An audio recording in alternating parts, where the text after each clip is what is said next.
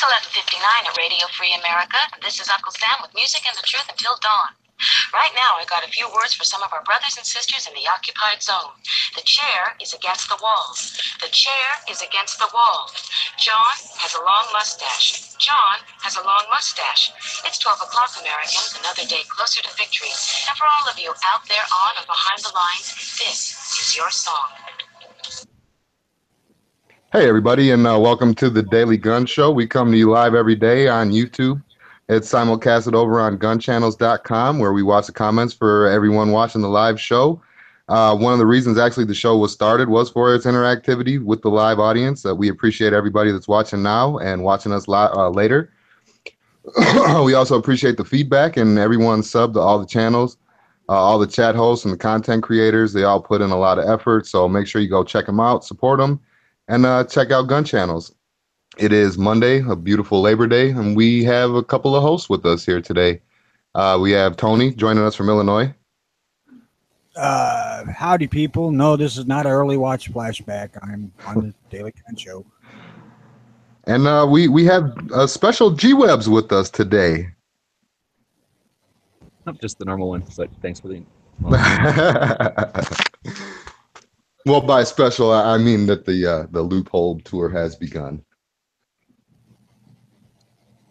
So let's see. We're gonna usually start the show how we usually do, and see if there's anything new happening overnight or in the early morning hours. I got a couple of, I don't know how coming in. It's pretty cool here. I forgot my little. I'm wondering about the little dingle that goes to my wireless keyboard. Are those dingles universal? Because I forgot that thing at home. So I'm gonna wonder if I can just get the Bluetooth thing. That's universal, right? I'm pretty sure it should be. It should just be the regular, like the USB plug-in you're talking about, right? Yeah, that little dinky thing in the USB. I'm gonna have to pick one of them up. Hopefully Edge has a spare one. Anyways, I forgot my hard drive too. That's annoying. Got them all boxed up into a hard case and everything and left it on my table. But yeah. Everything's smooth so far.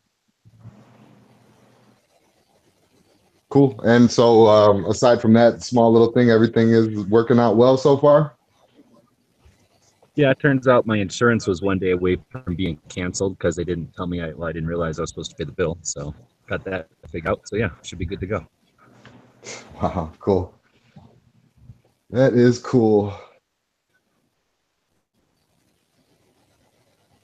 Anything else? Anything with you, Tom? I'm just kind of sitting here watching or listening to the parade go by at the moment. So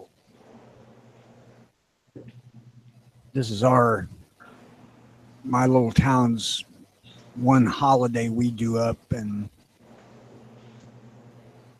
it's kind of noisy in my background at the moment. Yeah, it is Labor Day. People are out there hooting and hollering.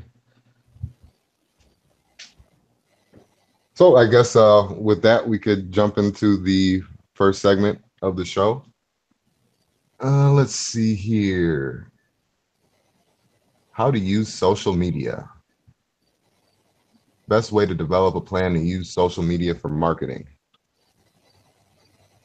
Well, that's kind of actually one of the things we were talking about that earlier on the chat. We were saying about how we could actually use these different time slots and be able to market ourselves better on social media and stuff like that. Yeah, one of the things to do is if you're doing a show on the regular, to include the times and the place to watch it or listen in your branding. So if you're going to do like a header at the top of your YouTube page or something, put the times and the place, so that when people see your channel right away, they're like informed where to go watch your live. Yeah, that is true. So they have an actual like a YouTube guide, a channel guide type of thing. So you could tell them when everything is going and running. Now, I guess would there be any negative aspects to social media, especially kind of with the kind of politicalness that's going around?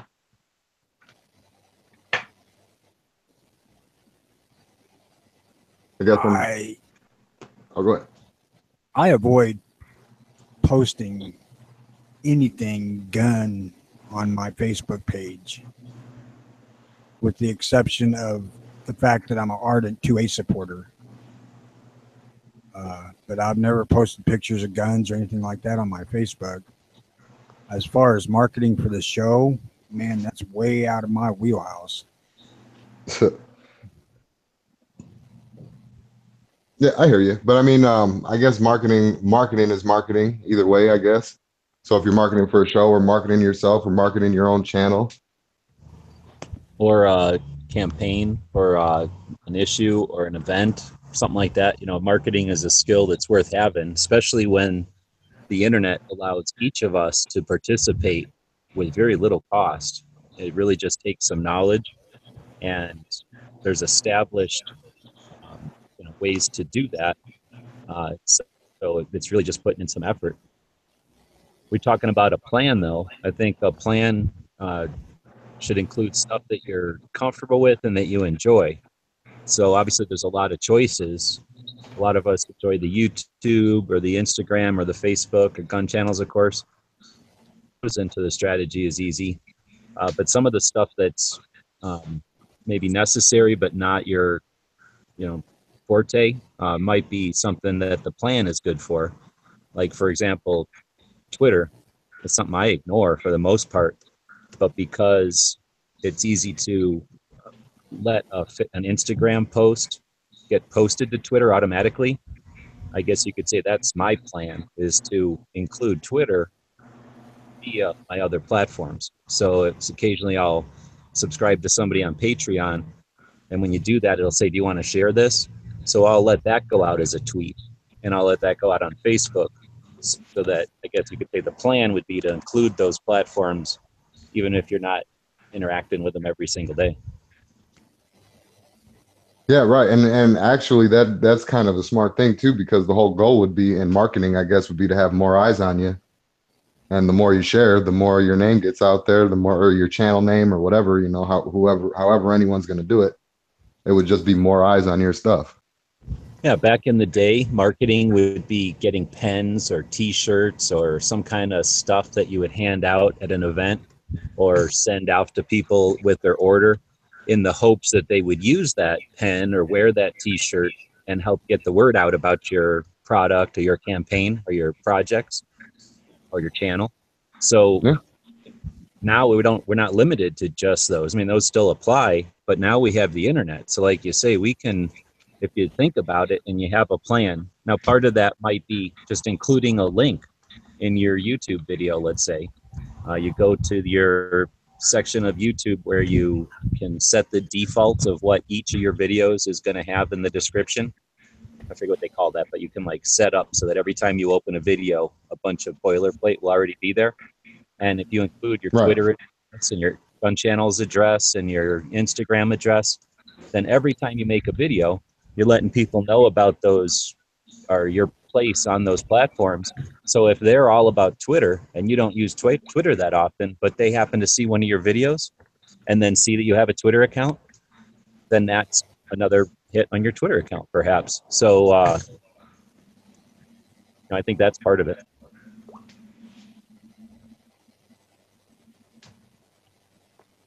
Yeah, absolutely. And I mean, like with all the negativity that's going around too, like just in the gun area of things, social media, political, however you want to word it. I don't know. Could you see any negatives in that? The only reason that I asked that is because I could see somebody going up there trying to advertise, say a live chat or whatever they're doing, just their channel, and then getting not necessarily shut down immediately, but trolled immediately, and then possibly leading to them getting shut down. Is that honestly more of a factor? It seems to give people as much coverage as they've tried to prevent, So when somebody gets shut down on Facebook and they go onto the other platforms and let people know, that typically gets them more support than ever. So I wouldn't say you'd want to look for that situation, but most of the time it's reversible, because a lot of the times it's just someone, attempting to play the system against you. And once you follow through the procedures or whatever, they figure that out. So I don't know. I mean, there are worse things. Well, I guess I can see what you're saying. It could fall under the whole like no publicity is bad publicity kind of thing, I guess. Yeah, and I guess, as that being said, if you're doing something for like a church group or like a small gun owners' rights group or something, you might not want the negative. So that is something to be aware of. Yeah, that is true. I guess to follow my thought before, though, too, or follow up on it, is that, again, the pens and the old-fashioned methods like T-shirts and hats and stuff, while they're still available, the internet stuff, putting you're going to go through all the work of putting a video, let's say, together. So you might not put the video to Twitter and Facebook, but you can put a link to the video. But something like Vimeo or something, it's real easy to move your link from YouTube over to there. But the thing is, you're creating places on the internet that aren't going away. I mean, unless a unique situation where they delete your account, that information is there for the long run. So every time, let's say you mention your local gun owners' rights group on your channel or whatever it is, then that's another place on the internet that talks about that gun owners' rights group. And when it comes time for someone to search a pro-gun, whatever state, chance that the brain or the computer algorithm or whatever it is going to pick that group that you've been efforting towards. So it takes time and effort, and you might not see immediate results, but I can tell you, I'm about to hit 4,000 videos on the gun channel, and we have around 2,000 on the gear channel.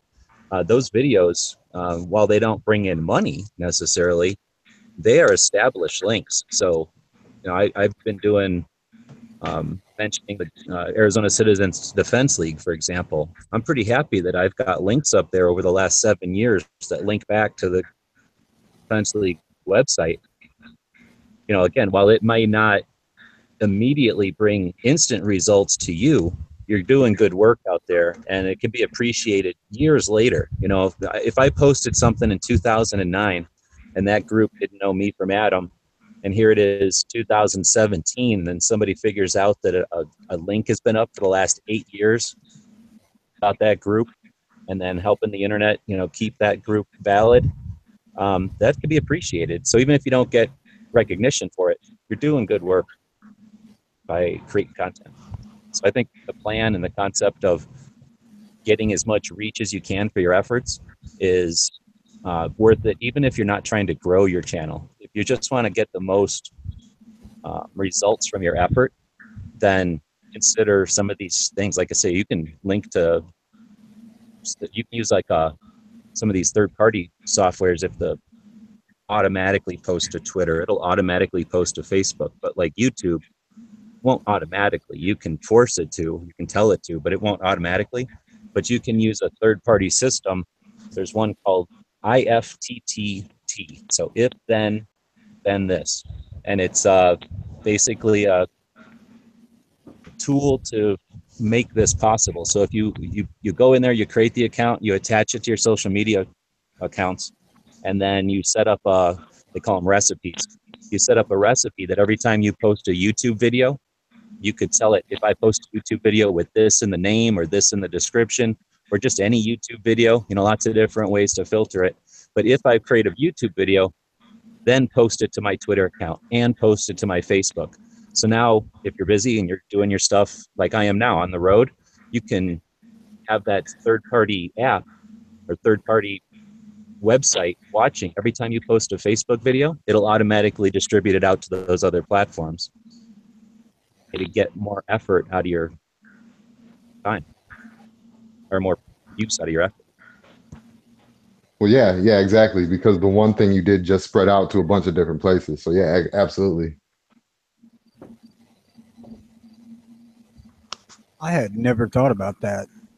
The more you get out there, the more it gets you up on the list for the algorithm. for search engines. That's Yep. something to actually think about. Those logarithms are really powerful and complicated at this point. So another aspect of it, besides just stuff out there, is how often you do it and with what kind of regularity. So again, they're watching all of that. You might not realize it. You might think, oh, I'm tiny, but the internet's big and it's watching everything. Google's big, it's watching everything. So again, if you're putting consistent effort out there, that's going to help you as well.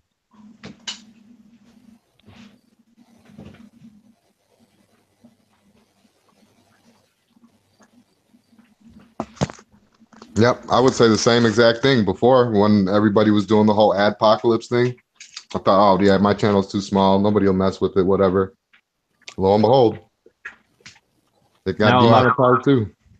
Every so often, I'll get a comment on the YouTube side of my gun channel's efforts, right, or my gun website stuff, and it'll say something like, "How do you have 150,000 subs when your videos suck so bad?" Like, I haven't made any real videos with good cameras, unless it's something like somebody else films it and I just post it. But I do everything with my phone, and before my phone, I had $50, $70 cameras, so nothing super elaborate. But every single time since pretty much 2009, every time I post a video, it goes to Twitter, it goes to Facebook. And while those accounts aren't huge, again, just consistent coverage brings numbers in. So if you're just collecting numbers, that's a way to do it. Now you can also watch and see, though, that 160,000 subs doesn't mean 30,000 views every time you post a video. So there's no shortcuts, but there are ways to, again, just with a plan, you can see a steady increase in numbers, and then of course some time helps. Yeah. No, I can't see the chats or anything. I know we switched to the new time. Are we having much comments coming in, or very many people watching? I am over on the YouTube side right now. We have Harry's out there. Apparently says this is too early. Tony Ellum's out there. Oreo Lapin is out there. Clover's out there. Yes, the Daily Gun Show has moved to 12. Dog Body's out there. Let's see on the chats. Yeah, we got a few people out in the chats too, and it says we have about 13 viewers right now. So it looks like we cut into a third our regular viewership, but hopefully we'll gain a bunch of new viewers. We didn't do any kind of marketing to let people know we changed times either, so that's our bad. We'll continue to get the word out there, and hopefully we'll see a big noontime crowd. Yeah. Speaking of marketing, yeah, but it's all good. The same thing kind of happened with actually, I was surprised on the early watch. There was we had quite a nice little turnout. It's about the same as it is right now, about 10, 11 people. So yeah, hopefully the new time can get adapted. And I'm really looking forward to, since we're on the kind of media thing, I'm really looking forward to new content creators and new hosts and stuff like that. Hoping the chat start picking up here. That'd be really cool. Yeah, one of the reasons we wanted to go with noontime as opposed to midnight, because we were thinking about midnight, is this gives us a potential, at least, an opportunity to bring some people on as guests. So that's something we're going to be trying to do in the future. Yeah. I'll put the call there. I'll ask the favor for the people that are watching, please share it on your social medias. Let people know the show's changed. And we'll update the logos and arts and stuff and get the word out there. I think everything still says 7 p.m., so we'll have to work on that later. Yeah, after the chat, I'm going to go change the schedule over there, too, because I got to do the early watch anyway. So gun channels will be all right today. So speaking of that, what's the new hours for early watch then? We ran today from, well, it was a little after 6:30, but I'm thinking it could be 6:30 to 8:30, maybe 8:45. Jump out of there and start this thing up. Right on. I'll do what I can to jump into that one while I'm working on the computers in the morning. Yeah. Oh, yeah. You're more than welcome. That'd be cool. Get updates and stuff as it goes on. And now, is there anything that you could divulge before we go into the second break, or do you want to do that first? I got nothing to divulge. There's no divulging. All right. We're just in the starting process right now. So okay. Cool. Well, I think that's we just about covered marketing, unless you guys have any final thoughts. I'm good. Cool. Well, usually we take this second break or this break right here to before the second segment to talk about a Gun Channel's member of the day, but I don't see one up here. Do you guys got anybody off the top of your head? I might. Okay, no. So I guess today we are going to mention Sean Ponery. He was a member for quite a long time on the primetime slots. I think he did a lot of Matt's chats. Big time tactical hot shot on the quiz.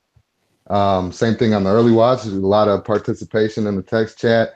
And recently, as of the past, 6 months or so, has been doing the Good Morning Gun channels, covering for me whenever I couldn't do it, and has been doing it every Tuesday and Thursday for about 7 hours. So he's a very active member over at Gun Channel. So shine a little light on him today. Now, I don't want to cast any aspersions or nothing on our member of the day, but isn't it odd that ever since Dano left, Ponery hasn't won one tactical pop quiz? Yeah, yeah, a little bit of a fix there, maybe. Just speculation.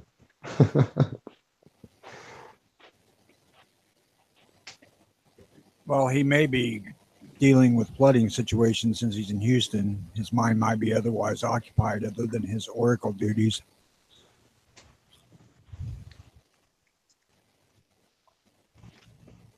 It's just an excuse. No, I'm just joking. Yeah, they got a lot of shit going down there.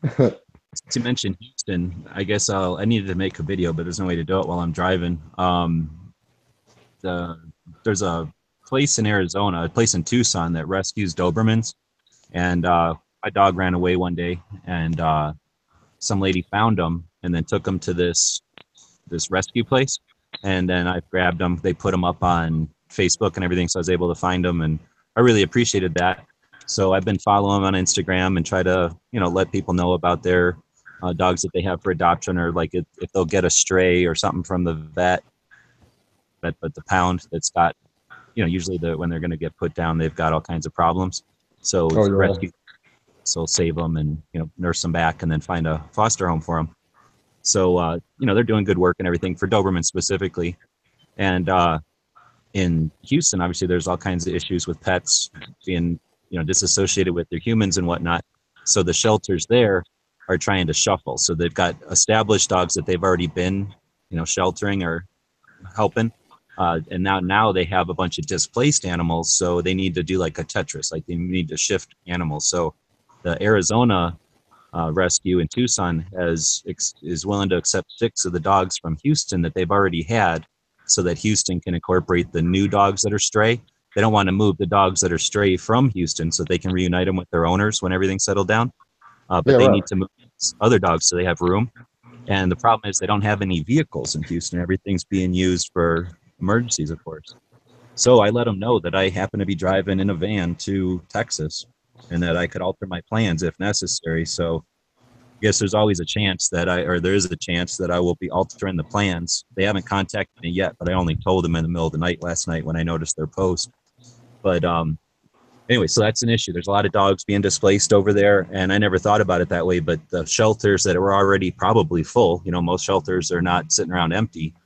They were already full, and now they've got this swarm of new dogs. Now that the dogs that they've had for a while, dogs owners weren't looking for them. Those dogs can be moved to other places, and not just Dobermans, but any kind of dog.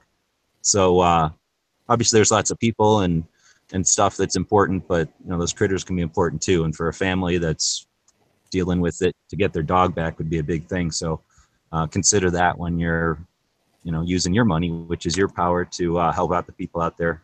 Keep in mind those little puppies. Do they have sorry for the background noise, my garage is opening. Do they have any like a website or anything like that? You can get a hold of them? It is off the top of my head, but it's Desert something Rescue. So it's DHRAZ or something like that. I forget. It's like Desert Heart Rescue or something. But if you search for Doberman Rescue in Tucson, you can get information about that. The one in Houston, I'm sure if you search for Doberman Rescue Houston, you'll get information on that one. Oh, wait, is that's the stuff you posted on Instagram then, right? Yeah, I reposted okay. a link because I know a guy from Instagram who has a Doberman, and he's doing good works to get just supplies to people. And I figured, let's from that rescue. So I would repost it. And then as soon as I reposted it, I started seeing more and more about the need for vans. So they're trying to do something where people are driving from Tucson with rentals. And anyway, we'll figure out if they need help. I'll help them out. Otherwise, we'll continue to explore Texas here a little bit. Yeah, that's really cool. Yeah. And yeah, we joke about stuff and stuff like that, but I mean it's yeah, it's serious out there right now. So with that, I guess we will be moving on to our next topic. We have for the gun shop of the day, gun shops in homes.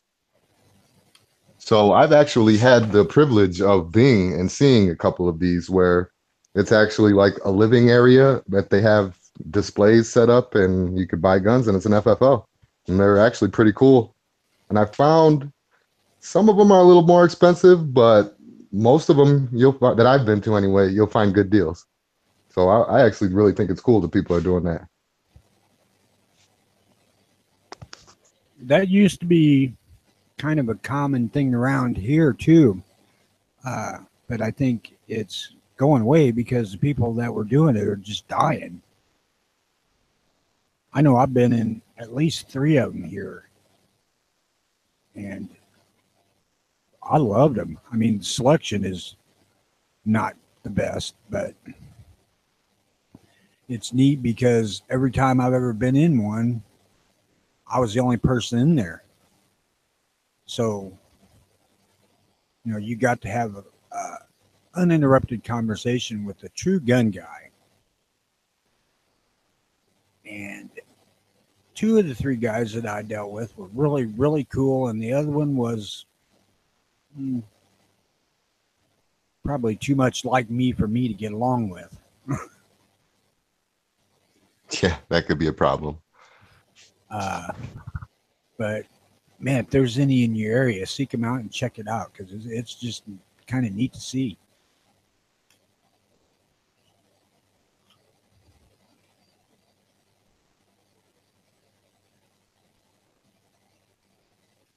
Yeah, absolutely. I think that they're really cool.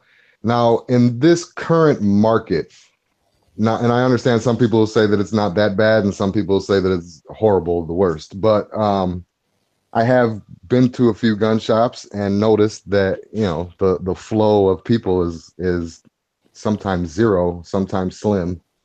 With that current market, kind of not a lot of people visiting local gun shops. Do you think that would be good for somebody running it out of their home, as in they don't have a lot of expenses to cover, or do you think that that would like just kill their business? The ones I've seen are not busy ever. They're just doing it for something to do. So they don't particularly have to sell guns to stay afloat. They've had their day job and retired and whatnot. Yeah. I can tell you one thing: see them while you can, because there won't be any new ones. Because from what I gather, you can't set it up like that anymore. Oh, really? Even if you have your own FFL or whatever? That's the only way it works. Is you already have to have that particular FFL. Oh, huh.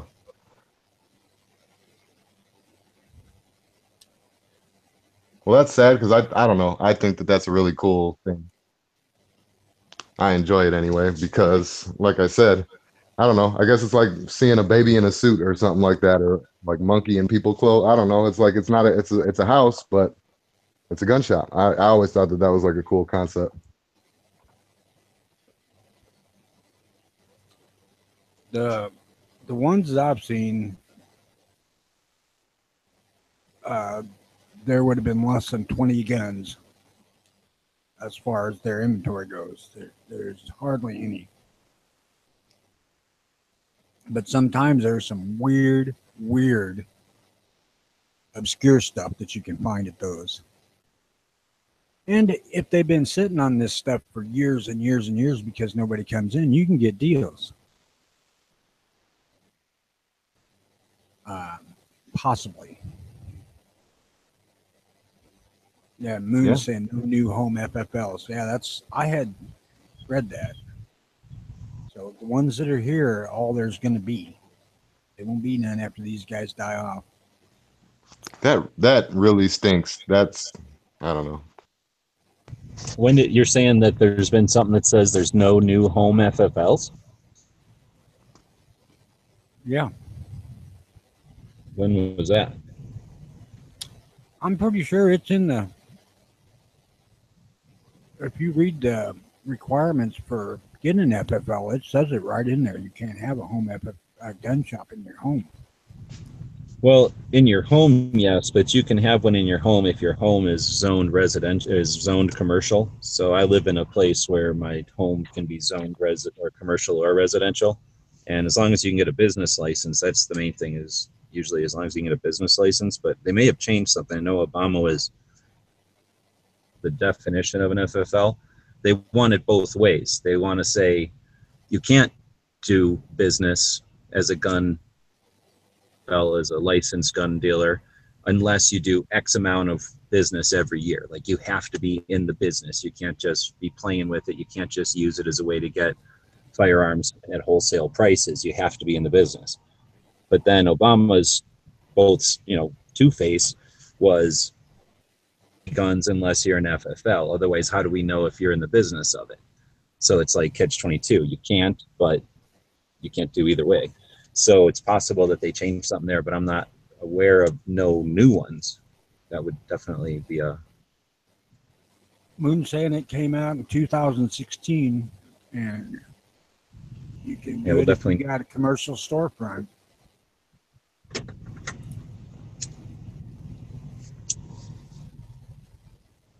So I have a couple of stories. My first AK that I bought at offline, I bought through a firefighter who was home FFL. With a special room, he really dedicated. I mean, I'm sure he did for his business or whatever, but as far as like taking care of people, he just did it on the living room table there. And so that was kind of interesting. I've had a couple of clients throughout the years who were home FFLs that needed a website in order to, let people know they're there and their rates and stuff. And they're great for anybody who's creating content or whatever. If you're trying to find a sponsor who's, interested in working with a smaller channel, a lot of times they can't afford radio advertisement. It's not worth it to them to pay out a bunch of money for advertisement. But you could do some kind of a trade. Think about getting FFLs. In other words, getting no FFL fee in return for helping them out or something. So sometimes you can save some money and save them some money, and have access to some of their inventory, perhaps to do reviews or just do interviews with them or something. Long time ago, when Shotgun, before the internet, really, I mean, there was internet, but it wasn't as established as it is now. We were all working at AOL at the time. We would sit around reading Shotgun News. Back then, building was a big thing, so we were building HKs and AKs and whatnot. So we would read the Shotgun News to see what parts kits were around and what was coming and what was still available and things like that. And we found a place in Tucson that was selling SKS parts, and so we called them and said, "Hey, is it okay if we just come by instead of ordering online and save shipping since we're in town?" She said, "Sure." And we went over to her house, and it's just a little house in the middle of nowhere. I mean, in the middle of middle of division or subdivision or whatever. And she invited us in. She goes into the kitchen and she's pulling like SKS stocks out of the closet and bandoliers out of the drawers. Like her kitchen was her inventory. It was weird.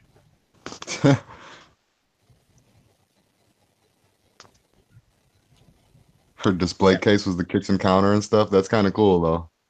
No, there was no display. She was just like, had her ad there, and we're like, "Do you have any of these bayonets? Do you have any of these pouches?" Back then we were looking at those SKS bandoliers were pretty handy. You could make like a little survival kit out of them. You put different stuff in each of the pouches, and then it's a bandolier, so you can hang it on something. You could throw it over your shoulder, and pretty useful little pouch. And they were $2 or something, $1. So she's like, "Would you have these? Do you have these?" And she's just like pulling them out of a cabinet, pulling it out of a drawer. She had stuff underneath the sink. It's crazy. Like, how do you live here? Maybe she didn't. very well armed. No guns, just all weird Soviet parts. Well, communist parts, Chinese communist. That's cool. Back when the in-home gun shops that I was discussing earlier, this was back way before the internet. These guys were all, 7 years old. So they're long gone by now, but it was a neat thing to see. But when you mentioned some of them will have things, that have just been around forever because they don't get the kind of store traffic that a regular store gets. There's just less eyes, less people interested to buy some, right? But I've also noticed that the home shops will usually be the ones like that specialize in like long range hunting or single action shooters. Speciality might be where the local shops aren't addressing it 100%. Somebody will get frustrated, like there'll be a single action shooting club or something, and everybody sits around waiting for the gun shops to get the one in, and everybody runs and one guy gets it. At some point somebody will get frustrated and just start an FFL for their club almost, and a lot of them are that way. Maybe getting just some specific gun at wholesale or group buy type of thing. I figured the guys that I dealt with here were just, it's a more extension of the guns that they personally liked. And that's what they dealt with because that's the kind of gun they liked. Because, like, one of them, he dealt mostly in hunting rifles. And another one was mostly muzzle loader stuff. But he was a FFL because he had some centerfire. And then the other one just had a few guns. It was kind of a hodgepodge there. But it struck me as they were just feeding their hobby, or it was an offshoot of their hobby. Now that makes me remember back when I was spending time in Wyoming. Those towns are little, so you have to always go to the other town half the time to get something. And the town I was in had no gun shops. Nothing. So, there might have been, no, there was nothing. Might have been a sporting goods store.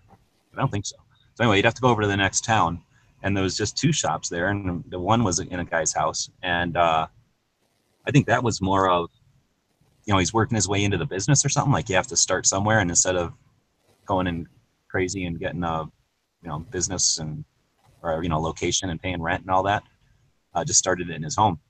And it was like you say, it was just more of like what he liked times 10 or times 5 or whatever. It was just the stuff that he enjoyed. So whatever that was in the 90s, a bunch of different semi-autos and revolvers and a couple of rifles. Probably a little bit of what people in town want too, I suppose. Probably a little bit of to do it if you could. You could start a little gun shop and have the overhead of a separate building. I've seen people that'll start shops also as like supplements. So maybe they got a U-Haul place and it's not, kicking as much as it used to. They'll start up a gun shop. I know a guy who's got a Harley place. He started a gun shop up in the front of his Harley place. It's like a bunch of parts, not like a repair place, but a bunch of parts and stuff. And he started a gun shop up front. We were talking to him. He said just when he's, when he retires, he knows he's going to retire at some point, and he wants to retire into the gun shop instead of the motorcycle parts. And, he's just setting himself up to do that. Be a good job to retire into, I suppose. Tinker. Sounds like a good idea to me. Well, are we getting any comment? I think I put that in there when we were still in the old time slot, and I figured a bunch of people would give us their stories, but I'm not sure with just 12 people watching if we're going to get a bunch of stories. Yeah, let's see here on YouTube. Midnight Range TM is saying his buddy is a cop and sells out of his house. Low overhead is a pretty awesome bonus. Scott out there saying plus being able to order whatever he wants is nice. Let's check out the gun channel side. They're not talking about it. Oh yeah, okay. Angry saying my old man used to have a home gun shop. Weird when my principal would show up to buy guns. That'd be pretty cool. And then Ella's saying, "Wait, a store with no guns, a town with no gun store? I bet it had a grocery store. I'd rather have the gun store." I live in a town with no gun store or grocery store. One grocery store. I was little.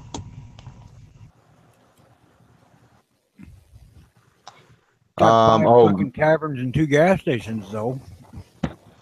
Moon had actually posted a couple of those things for the from 2016. Only in existing home FFLs can renew their FFL. Oh, that's a massive infringement. Yeah, that's really. I didn't see that one sneak by. We need to address that one. Rage about it. Yeah, that's really sucky.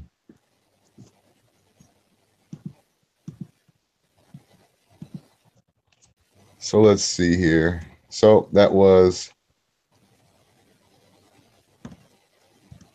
We missed some gun history yesterday. I think it was yesterday, the day before. I think it might have been Saturday. Was the birthday, or no, I don't remember if it was the day born or the day he died of one of the Maxims. So there's a couple of 3 Maxims that we know about. There's the Maxim machine gun. There's the Maxim silencer, and then the brother. Okay, so the dad made the Maxim machine gun. The son made the Maxim suppressor, and then the uncle, the dad's brother, made smokeless gunpowder here in the U.S. Some other guy invented smokeless gunpowder in England, but this guy invented a better version of it here. So there's 3 Maxims. The one that created the suppressor, though, is the son, and the guy made the machine gun, and he invented the car muffler. Well, the muffler for the internal combustion engine, and he invented the suppressor. So big surprise that they are very similar.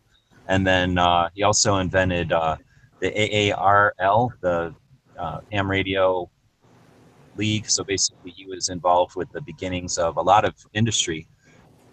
Imagine That being is alive the at that Amateur time. Radio Relay League. Yep. And that's the ability for ham radio operators to basically relay messages.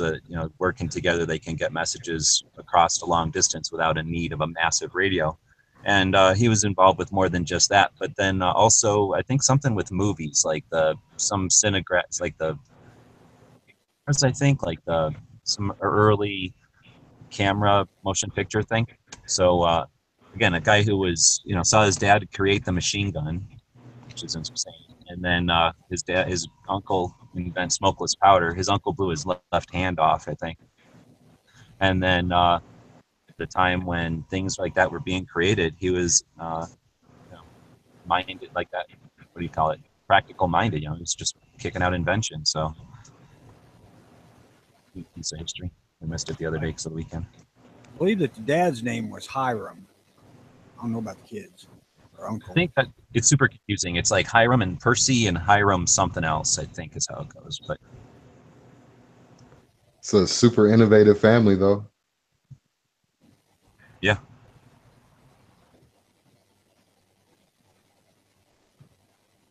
All right, let's see here. I actually have a little of history for today, actually. Let's see here. In 1940, the United States warns the Japanese government against making aggressive moves in Indochina. Also in 1940, an American destroyer, Greer, becomes the first U.S. vessel fired in the war when a German sub aims a few torpedoes at it, sparking heightened tensions between Germany and the U.S. And then a year later, today, German submarine makes the first attack against United States ship, the USS Greer. There's a little World War II history.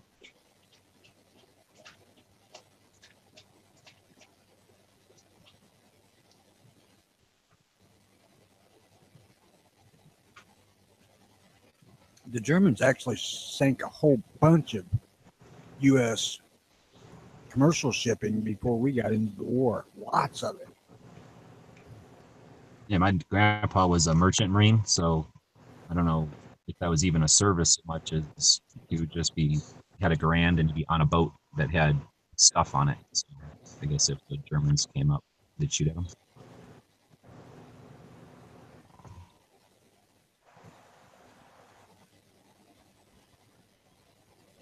I don't think that was Navy though. I watched that a series, a Diary of World War II, where it goes day by day, telling events that happened.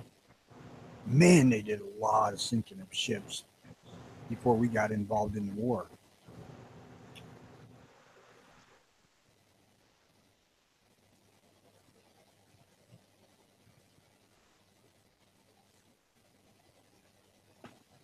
All right. Let's move right along here. Uh,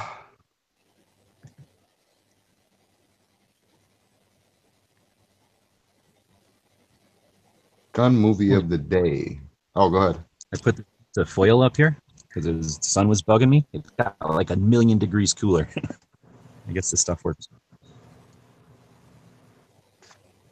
Yeah, I still got to get some of those for my car, man. Every time I jump in the minivan, it's like it burns my hands. I got to get something.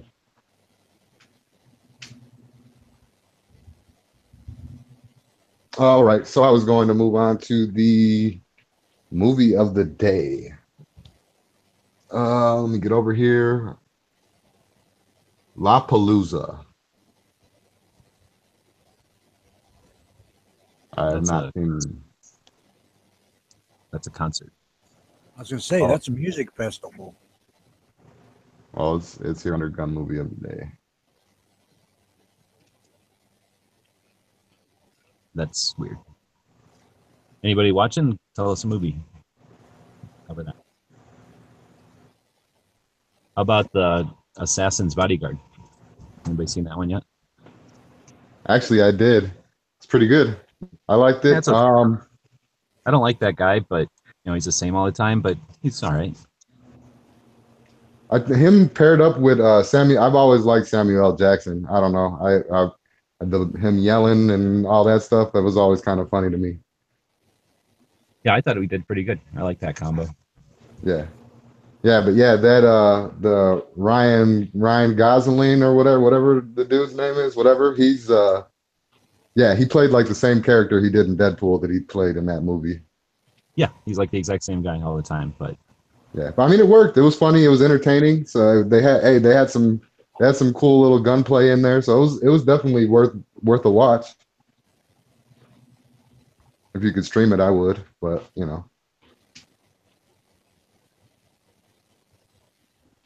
every day we try to feature a movie one you haven't seen yet. You might not have seen that one since it's pretty fresh, but yeah, definitely worth a watch. It's a pretty long one too.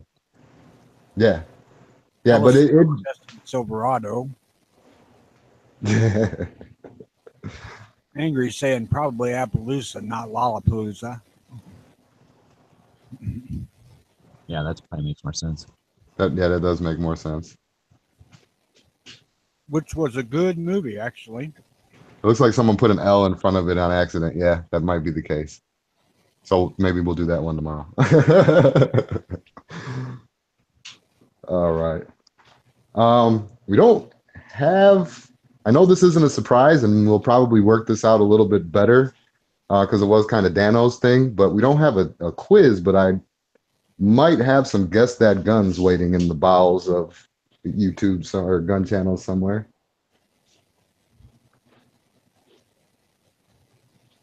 What, are we actually going to merge the early watch and the daily gun show? Well, no, but it's just what I have laying around. I don't have any quiz questions right now. We're just going to steal all the best parts from that show. Yeah, pretty much. We're just going to take from one show and add to the other. And, whatever works on one, we'll make it work on the other. No, but seriously, we're going to keep doing the tactical pop quiz. We'll get it going here and we'll start doing the patches again. That's the goal.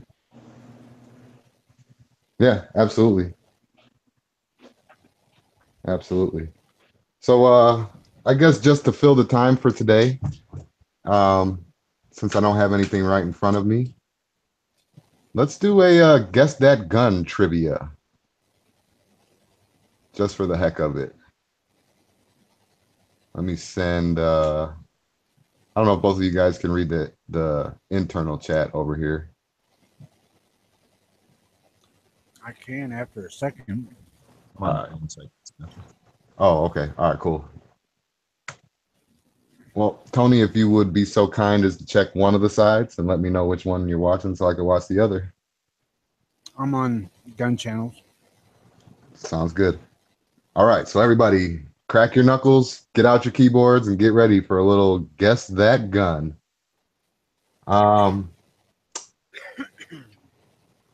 This gun was in service from 1945 to present.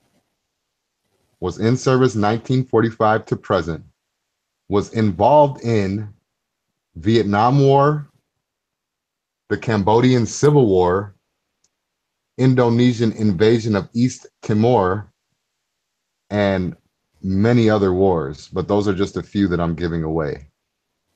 Was designed between 1943 and 1944.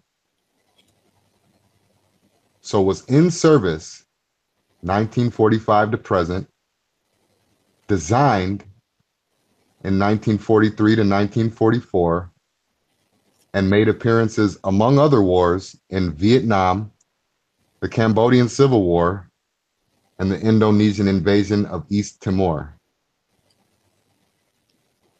It is not the Gen 5 Glock 19 nor the M1 carbine. No, and anyone that says corner shots will get banned from the chats immediately. Just joking. Not a Smith & Wesson revolver. Pants is not the Moses Browning, not the FN Mag or the 240 Bravo. All right, I'll throw out nope. I'll throw out a couple other clues. Listen up. Cartridge, 7.62 by 39. The total length was 40.8 inches. Ding, ding, angry got it. RPD. All right. Congrats, Angry. Yeah, and I guess shoot, nobody's here, so I care about my voice, but I'll do it anyway. I guess, Angry, today you are the tactical hot shot of the day. Kind of sounds like Bob. Yeah. Well, I got hot shot of the day. What else we got here on the agenda list? Oh, I could do gun of the day real quick. Earlier today, I was going to talk a little bit about this gun, but we didn't have a chance to, so we'll talk about it today. Or right now. It is still today. Let me screen share here.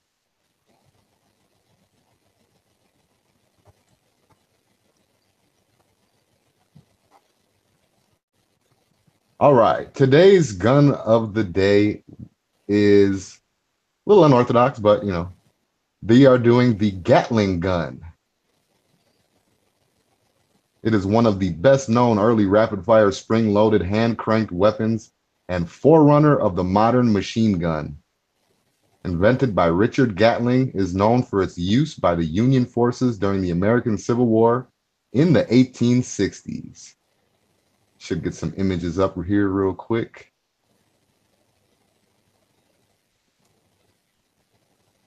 You guys ever shot a Gatling gun? Man, no, but it was, you know how we have those when you first get into gun channels and they ask you a bunch of questions? That has been my unicorn gun forever. Never got to shoot one though. I've shot them a couple of times at Big Sandy, people's private owners ones that they have, and then at SHOT Show when your Colt brought out, they made a couple of new ones at $30,000, and they'd put like a stick of 45 long Colt in there, and you could crank the handle. Pretty fun. It's more fun when it's just the person that owns it, because they just let you shoot it. When Colt is standing right there, they get all worried about it, so it's kind of more lame, but still pretty fun. Pull it. It's not really pulling a trigger. You're cranking a handle, but cranking a handle on a $30,000 gun is always fun. Oh, heck yeah. Yeah, and I could see Colt being there like, easy, easy. You know, yeah. I want one. Oh, yeah, man. You don't probably think about it, but they're heavier than shit. They're like carrying around a cannon. So the guys that I know that have one of their own, they have like a trailer with sort of an I-beam looking thing and a winch. I did a video on them taking it off of the platform, but notice Gatling guns are always on some kind of cart, so they weigh a ton, and it really takes like 3-4 people to lift one up. You can lift one with 2 people, but when it's your money, you want to be sure not to drop nothing. Oh yeah. And the carriage that they're on is always heavy too, so they end up being pretty. And I suppose that helps when they're shooting. Doesn't move it so much. Yeah, but I would, on a $30,000 gun or whatever, I would imagine replacement parts are a little expensive too. Yeah, you probably just have to have a mate. Now, Bob over at Sun Guns, who always been supporting our stuff online, has got a gun. It's an 8-barrel, and it's black powder, so it's got like a kind of a weird chamber where you load up a bunch of these black powder, either noisemakers or I guess you could turn them into projectiles. But really, it's meant to be like for movies. It's a noise and smoke type of thing. So it's you load up a bunch of these little black powder deals, and then you shoot it. But it was made. Emil Frenzy, who passed recently, has always been, he's in Tucson, so he's always been a friend of Tucson Guns. He would come in, and whenever Bob bought the thing at a SAR show one year, Emil right away was fascinated by it. So he went and researched, and based on the particulars of it, like each thing that somebody builds is going to be a little bit unique. I think he found it in 6 different movies. So it's kind of neat that somebody made one probably out of a lot of original parts, but not quite, and then modified it to shoot black powder. And then I think that one's $16,000, so it's a lot cheaper to buy, and you don't need a paperwork with any of them. None of them are really machine guns, but it's just a lot easier to deal with $16,000 than $30,000. But I guess if you don't have a parade or something, it might be more fun to have something that shoots projectiles. Yeah. Oh yeah. The whole point owning it for me would be watching whatever was downrange blow up. Powerball, man, I'm gonna have one. I think I only had 2 bucket list guns, and the Model 29 Smith & Wesson was one, and that's the other one.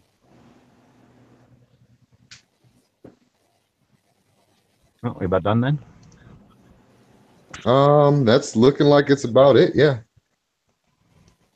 Right on. I want to say thanks to everybody who did show up for the show. We didn't really do much marketing for it, but we will be getting the word out there that we're doing the show now at noon. This should work out. It's just getting hot now, so instead of trying to stop driving at 3 p.m. or something and get ready for a show in the middle of the heat, it's doing the show right as the heat starts, hopefully. So at least while I'm down here in the heat, it'd be nice. So the goal is to get some people listening who might be at work or doing different things during the day where they have a chance to listen. Of course, anybody can listen to it after the fact, and we're hoping to just cut some new ground, bring Gun Channel's daytime side a little bit, just change it up a little bit. Obviously, it's been doing great with you guys on Early Watch and Good Morning Gun Channels. We're just going to try to hork in on some of your success, I guess. Yeah, cool. So I guess with that, Bob's not here today, but we will end on a quote just to kind of keep cadence, I guess. So the quote is, "Be fearless in the pursuit of what sets you free." And with that, we want to thank everybody for coming by, and check us out tomorrow, and we will see you then. Good day, everybody. Thanks for jumping in, Tony.